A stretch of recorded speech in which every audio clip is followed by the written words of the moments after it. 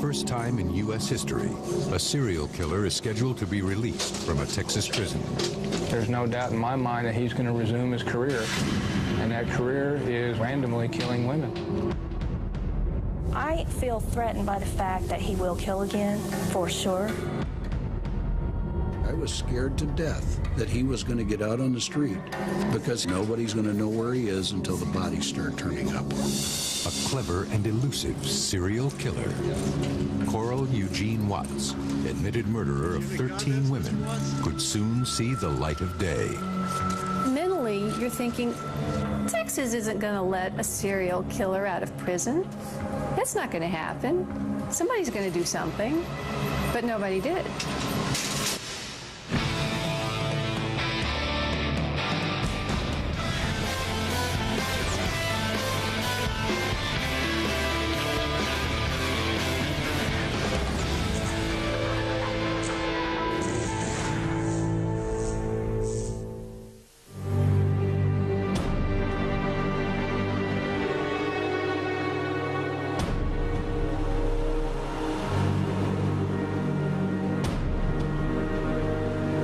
You don't see a murder every day. You don't get to see the person that killed the person every day. It's engraved, it is welded, it is chiseled in my mind. On a cold December night, Joe Foy hears something in the alley behind his home. I had seen a black male and a white female standing. The woman had her back against the wall, and the male was standing in front of her, and he was moving around. I seen the man bring his arm up and bring it down in a slashing motion. The woman fell to the ground. I yelled into the house, "Call the police, call the police." The man walks toward him. We just locked glances. His eyes were just dark, like nothing had just happened. His walk, his act was just so callous and cold and evil. He opened his car door, just pulled off and went on his merry way like nothing had happened. Ferndale police identify the victim as 36-year-old Helen Dutcher. She's been stabbed 12 times. The clothing that she had on was eventually looked at where they had stab wounds that would line up where she was stabbed and sliced on her body. Foy tells police that the suspect drove away in a tan Pontiac. He also helps police come up with a composite sketch of the killer. But the investigation leads nowhere. I had called them quite a few times to say, "Hey, got anything going on with it, anything happening?" And both 3-4 times it was, "Nah, there's nothing, we haven't found anything." A few months earlier, Detroit News reporter Gene Klein is stabbed to death in a similar assault that left no clues. The Detroit cases go cold. Then, 25 miles away in the college town of Ann Arbor, 17-year-old Shirley Small is stabbed to death while walking home. 3 months later, 20-year-old Glenda Richmond is found murdered inside her apartment complex. And 2 months after that, 20-year-old Rebecca Huff becomes the third Ann Arbor victim. This was the apartment house that Rebecca Greer Huff lived in. This is where she had parked her car and was walking down here when she was attacked and murdered. Her wounds were all central to the front of her chest. There were 54. Looked like she had been attacked from behind and stabbed. In all the cases, the wounds appear to have been made by a screwdriver. We had 3 homicides over a 5-month period, all happening early in the morning hours, all on Saturday night, early Sunday morning, and all young women. They were all accosted and stabbed and left right where they had been assaulted. That was very, very unusual for Ann Arbor. None of the women were raped or robbed. The killer is meticulous, leaving behind no evidence and no witnesses. These are well-populated apartment complexes. You knock on every door, nobody saw anything, nobody heard anything. It's very frustrating. By now, police know they have a serial killer on their hands. Forensic psychologist Harley Stock joins the investigation. Almost all serial killers that we knew about in the early 80s were white. They said he'd be between about 22 and 31, that he would have somewhat limited intelligence. If he was married, it would have been for a relatively short period of time because of poor relationships with women. A 15-member special task force begins searching for leads. Months go by. Then, a tip from a Detroit police officer points to a suspect. I was reading the Detroit News. They had a story in there that stated that the victims were stabbed with a screwdriver. I immediately knew that it wasn't a screwdriver, that it was a wood carving tool.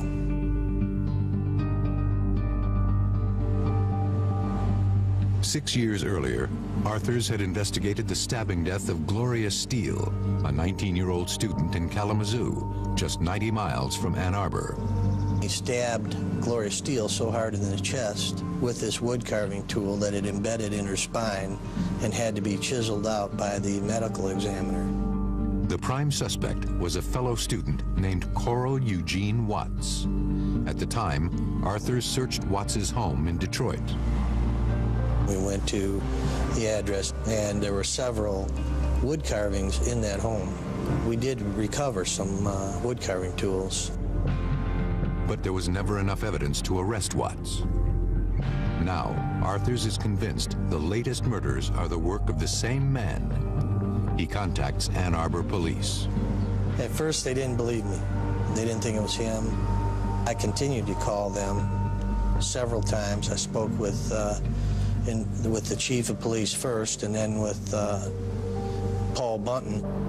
We drove to Kalamazoo to look at their case. It just struck us immediately. The wounds were almost identical to Rebecca Huff's. Kalamazoo knew that he was very probably their murderer, but they could not prove that case. Very frustrating for them.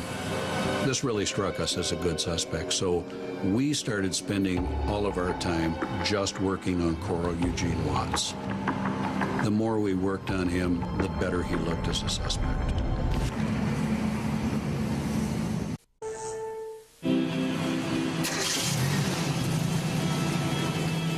Coral Watts had eluded Ann Arbor police. They suspect he's killed at least 3 young women in their town. Watts has a violent history. By age 15, he was assaulting women. When he was very young, he told a psychiatrist that he just did it because it made him feel good. As a 15-year-old, he realized that people could identify his face. He evolved, and he started attacking women from behind and dropping them where they stood, so they could never see his face.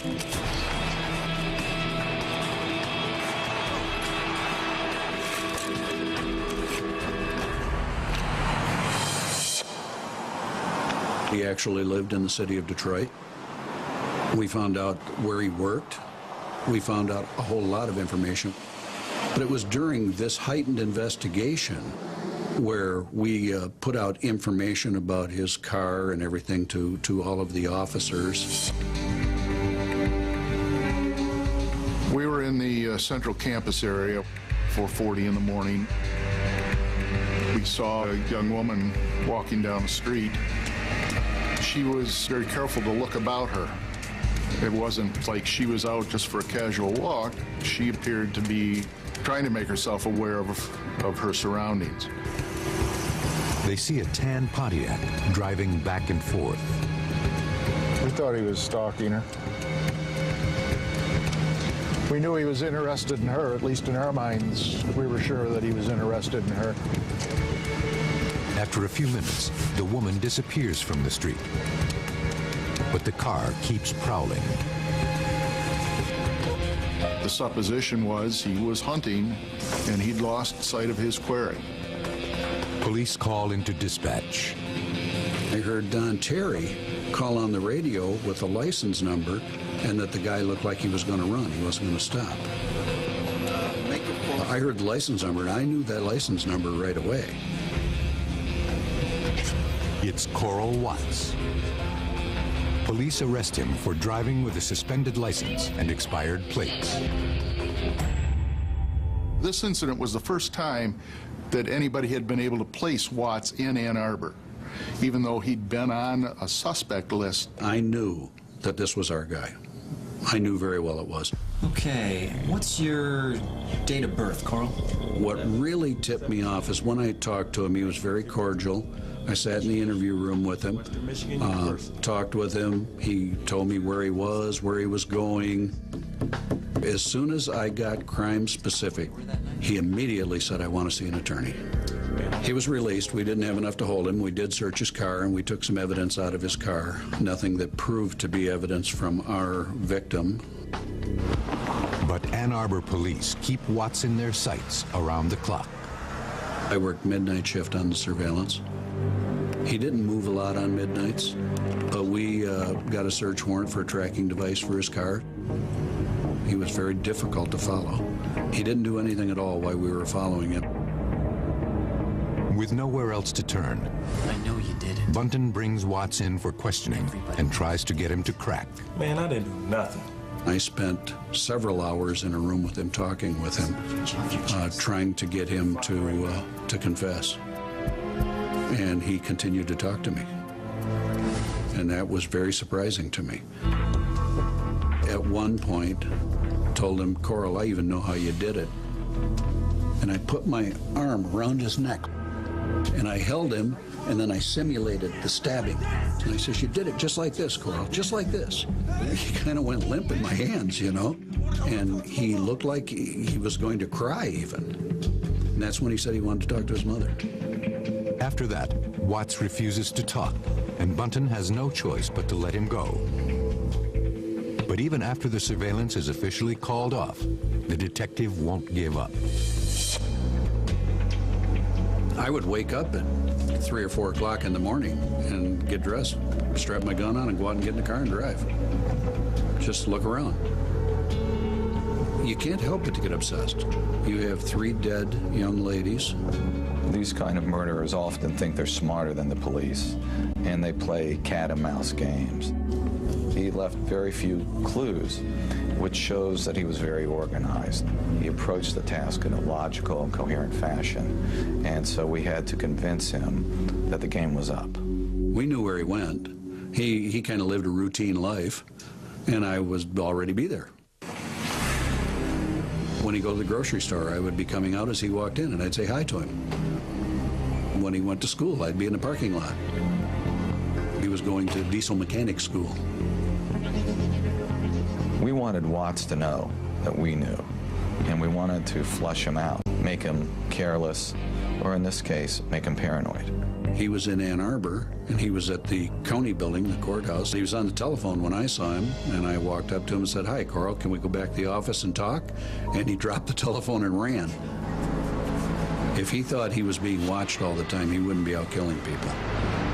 And I was under the impression at that point that he was quite a killing machine.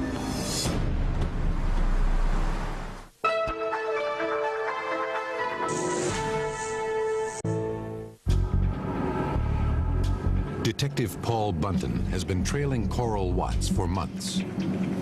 Then suddenly he seems to vanish. Bunton goes to the transport company where Watts worked. They said, oh yeah, he left a forwarding address. He's in Houston, Texas. Bunton immediately calls Houston police. He advised me that they had what they thought was a serial killer in Texas at this time that had been up in Ann Arbor, Michigan for some time, that had killed a lot of women.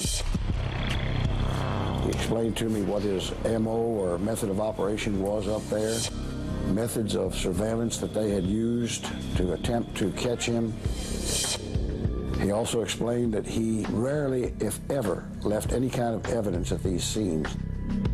I had contact with Doug Bostock, a couple times a week from that point on. In 1981, Houston was a city that was rapidly growing. So was its crime rate. We were going through the throes of some very high murder rates. We had several years that we were investigating over 700 murders a year here in Houston. Doug Bostock is assigned to track down Coral Watts. After weeks of searching, Houston police locate Watts's Pontiac at the Houston Metro Garage, where he works as a mechanic. Police attach a tracking device to his car. Just as in Ann Arbor, police follow Watts around the clock, but nothing happens. We attempted to follow him, keep track of him through work, through his residence. We had people in the homicide division pulling up cases of women that were killed in the method that was used up in Ann Arbor, Michigan. Since the time that Watts arrived in Houston, there have been dozens of unsolved murders. Young women who've been stabbed, strangled, even drowned. But without any tangible evidence, Houston police can't tie any of the crimes to Watts. He was suspect, but he was not charged in any way, and we had nothing that we could put on him here. After 10 months of tailing Watts, police decide to call off the surveillance.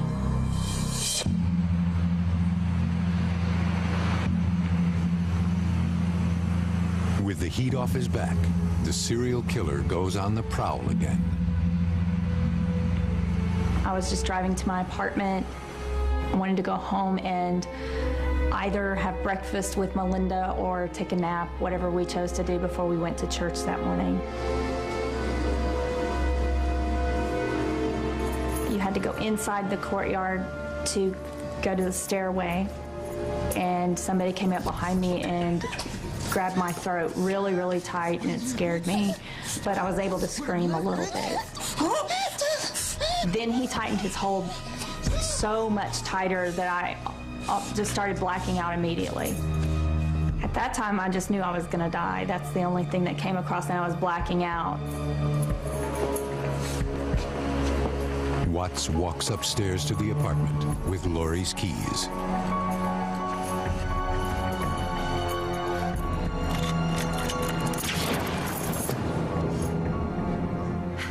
Immediately, I noticed his eyes. They were very evil and cold looking.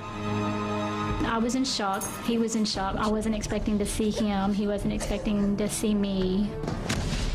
I knew that he was there to, to hurt or kill. He came behind me, put the knife to me. He had his arm around me, so he was choking me, and I couldn't breathe. When he put the knife to me, he said that he would kill me if I screamed. I just said, okay. His arm got a little tighter on me to where I couldn't breathe, so I had to pretend to pass out.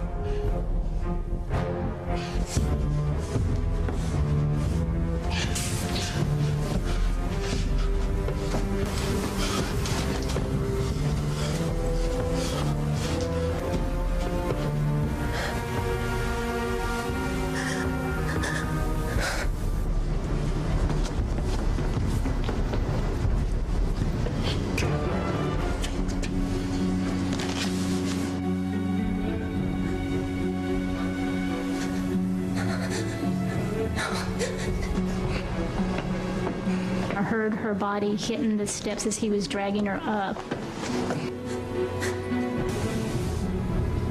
When she came in, I could see him dragging Lori into the bathroom. I could hear her moaning, so I knew that she was not in any kind of condition to get away or anything.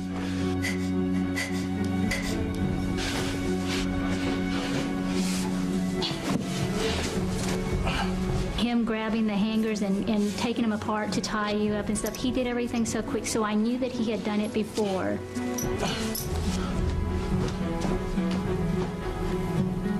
I don't want to move because, I'm pretending to be passed out the whole time. There were times where he made sounds like sounds of excitement. After he checked on me, he started the bath water.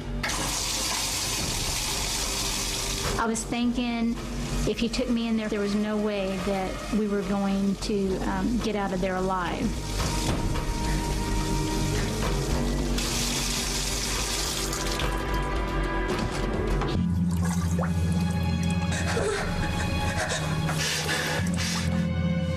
I immediately stood up and went to the door and locked the bedroom door as quietly as I could. My intentions were to jump over the balcony and go get help. I didn't know how I was going to jump off the balcony with my hands tied, but I'm thinking, okay, how am I going to do this?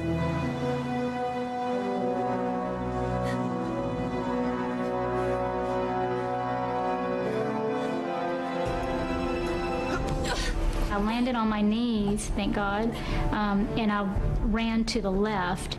There was a woman sitting outside her patio drinking coffee, and I ran to her and told her someone's trying to kill my roommate. She needs to call the police. After that, I don't know what happened.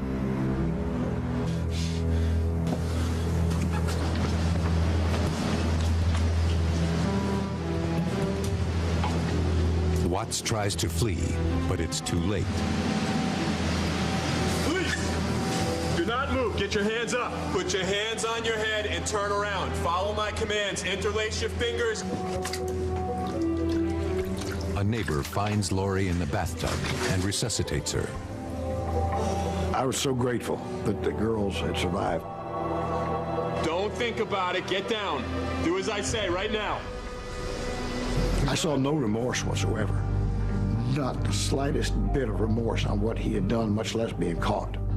Coral Watts is charged with attempted murder. I was ecstatic that we finally had him in custody, and it looked like two very good cases on him. It seems that Coral Watts's game of cat and mouse has finally come to an end. The killer's been caught, but keeping him locked up will be a lot tougher than investigators ever imagined.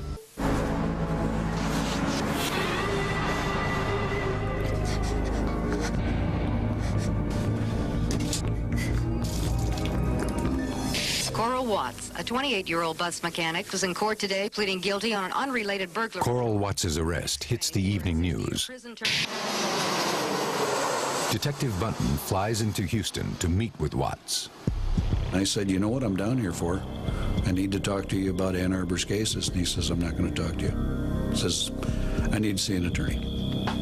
And so we were done talking to him. Meanwhile, the Houston police believe that Coral Watts could be responsible for dozens of unsolved murders. I spoke with him yesterday morning and told him now was the opportunity to get his life straight and to help these people bury their dead. The prosecutor's office offers Watts a controversial deal.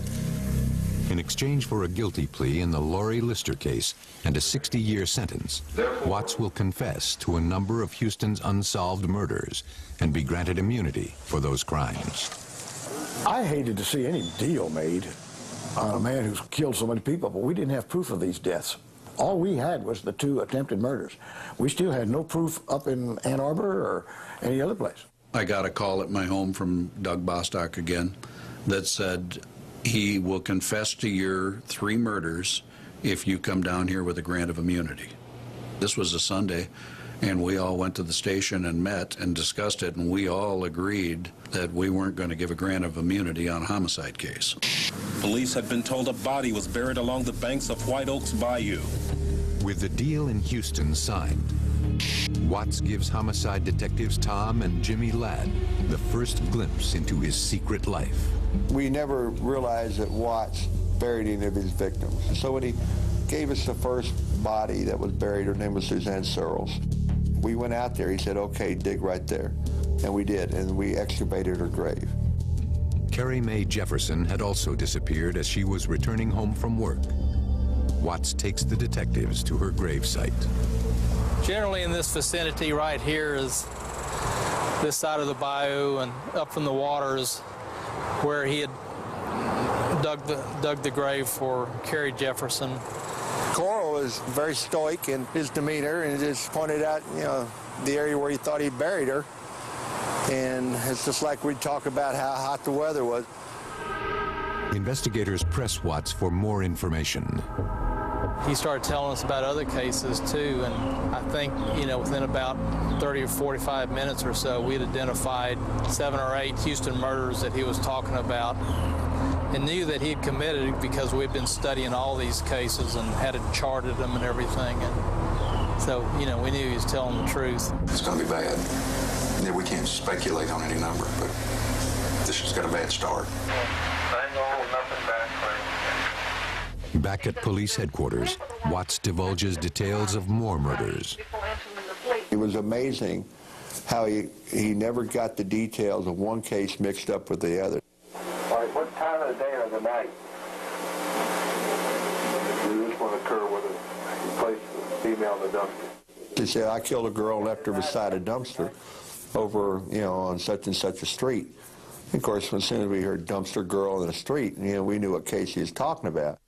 That was 20-year-old Elena Samander. Told us he strangled a girl, like he hit Margaret Fossey in the throat and, you know, crushed her larynx. 25-year-old Elizabeth Montgomery was stabbed in the heart. And she was able to stumble away and go to her apartment. And of course, the wound was mortal, and, you know, she was dead before they get paramedics there. And then a couple hours later, he killed Susan Wool. He saw her leaving a grocery store, and he followed her home, and she was approaching her apartment with bags of groceries, multiple stab wounds. I think he stabbed her 7 or 8 times. On this same night, when we got killed with walking her dog, was there another one that happened that same night? Yeah. Sometimes Watts attacked more than once in a day. 20-year-old Michelle Madej was drowned in her bathtub. Only hours before Watts tried to kill Lori Lister.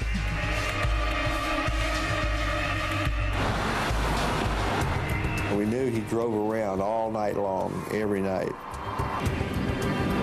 We were trying to figure out what triggered him to pick a certain victim. And so we just asked him. I'd like to kill her. What's your deal? How could you determine it? You take time to look at her eyes? Well, we knew that was a bunch of bull because most of his victims were 2, 3 o'clock in the morning or later. He couldn't see their eyes, and a lot of them he would follow in their car. You know, in my mind, I think he just drives around till the little bomb goes off in his head. And when it does, he just picks out a victim. And there were more confessions. Phyllis Tam was choked. Her body hung from a tree. Emily Lacroix, just 14, was on her way to her waitressing job when she was strangled. Anna Ledet was stabbed after attending a party in her honor. Linda Tilley was attacked and then drowned in her apartment swimming pool. And Yolanda Gracia was stabbed to death on her own front lawn. In all, Watts confesses to 13 murders. The common thread in the Watts case is that all of his killings were fueled by fantasy. He killed thousands of times in his mind. He rehearsed these killings, and then he went out to find someone who fit his psychological profile. When I was working on the story, I would drive around to all the places where bodies had been found, and you just get this sense of the vastness of the city and how he just was a predator on the freeways. He was just like a shark trolling for prey. As the depth of Watts's depravity is revealed, controversy grows over the immunity deal. It's not something I would have done. I just can't see myself doing that. What they don't understand is every one of these cases that Watts confessed to, there was no witnesses, there was no evidence, and if Watts hadn't confessed to them, they'd still be in the uncleared status, and family members would be wondering, you know, who did it and why and whatever. Watts dehumanized his victims. They were no more important to him than a piece of discarded paper. He had no emotional connection to the rest of the world around him. Now, people say anybody who does that has to be crazy. Coral Watts was not mad. He was bad. 3 years after witnessing the murder of Helen Dutcher, Joe Foy sees Watts on TV. I had the volume down and the stereo on, and I was just watching the picture, and I seen a black man being led into a courtroom, and as soon as they walked him through the door, I just, oh my God, that's the man that killed that woman in Ferndale. Once again, Foy contacts Ferndale police. I called numerous times. Aren't you guys going to do anything about this? Aren't you guys going to do anything about this? And it was always, no, we're satisfied. No, we're satisfied. And the very last phone call I got was, Mr. Foy, put it to bed. Just put it to bed. In September 1982, a judge rules the bathwater in Lori Lister's case is considered a deadly weapon and sentences Coral Watts to 60 years in prison for attempted murder. It is my suggestion to the Texas Department of Corrections that they put you so deep into the penitentiary they'll have to pipe sunlight into you, and that you serve each and every minute of the 60 years. Do you think justice has been served? No, of course not. Limited justice? Limited. I just felt like I was furious. I felt it was unfair and unjust. But for Houston prosecutors, it was the best possible outcome. They had cleared 13 unsolved murders and taken a serial killer off the streets. It would appear that Coral Watts would never kill again.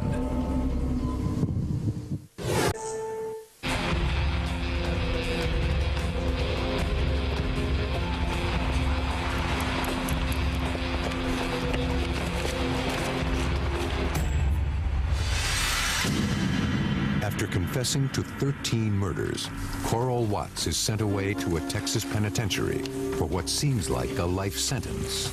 If he survives his 60 years behind bars, he'll be 88 years old when he gets out. A serial killer is off the streets, but investigators can't help but wonder what secrets are locked away with him. I said to him, Coral, I haven't got enough fingers and toes to count the amount of people you have killed. And he looked around and said, there are not enough fingers and toes in this room. And there were 4 of us in the room. Years went by. He goes into prison, everybody just kind of dropped it, forgot about it. He's not really written about much for 15 years. But then, Harriet Samander, mother of one of the victims, makes a frightening discovery. I found out that he was up for parole. He was classified nonviolent, so he was in the parole system. She alerts Andy Kahn, the mayor's crime victim director in Houston, who calls the prison. I called Harriet back and I said, parole is the least of your problems. Under Texas law, he must be released somewhere around the year 2006, no ifs, ands, or buts. In 1987, Watts had appealed the deadly weapons charge against him, saying it was never part of his plea bargain. The court ruled in his favor, and his status was changed to a nonviolent offender. We had a law that was crafted to alleviate overcrowding in prison called the Mandatory Release Law. That made Watts eligible for good time credits, which would only expedite his release. Basically, he was achieving good time at a rate of 3 days for every day served. He would have served 24 flat calendar years, which is actually less than 2 years for every Houston area homicide victim that he murdered. I knew nothing about good time. Oh, that was a shock to learn about good time. That you just wake up in the morning, you get 3 days taken off your sentence every day. We wanted the governor's office to form a committee of the best legal minds of this state and see if there was any other possible solution other than release. But we couldn't get anywhere. We were just barking, and everybody pretty much told us that, too bad, he's coming out, there's nothing you can do about it. Furious, Harriet Samander launches a campaign to abolish the mandatory release law. She succeeds, but it's a hollow victory. They couldn't make the law retroactive to include the Watts case, so it didn't change anything for me. With Watts's release now definite, Harriet Samander and Andy Kahn organize a memorial and call to action in 2002. It's my honor to be up here and see that We remember the families. We couldn't believe it. Families of the victims came from Boston, from Washington State, Colorado, Ohio. We were just stunned. After we did the memorial ceremony and call to action, things just spiraled media-wise. It got picked up by the Associated Press, and I got contacted by Donna Pendergast at that time with the Michigan Attorney General's office. And apparently Michigan, like most people in the country, was unaware that Carl Eugene Watts was going to be released. If you're going to enter into a plea bargain, you have to have your T's crossed and your I's dotted. And when I realized how it all evolved and how it ended up that he was in this position where he was scheduled for release, it was really horrifying. But there's still one last chance to keep Watts off the streets. Try him on another murder case. The state of Michigan picks up the ball and begins searching their files for any unsolved case that could be tied to Watts. We looked at primarily stabbings and strangulations. If there was evidence that would be suitable for testing for DNA or other type of evidence that could link the case to a suspect, then we submitted the evidence to the lab.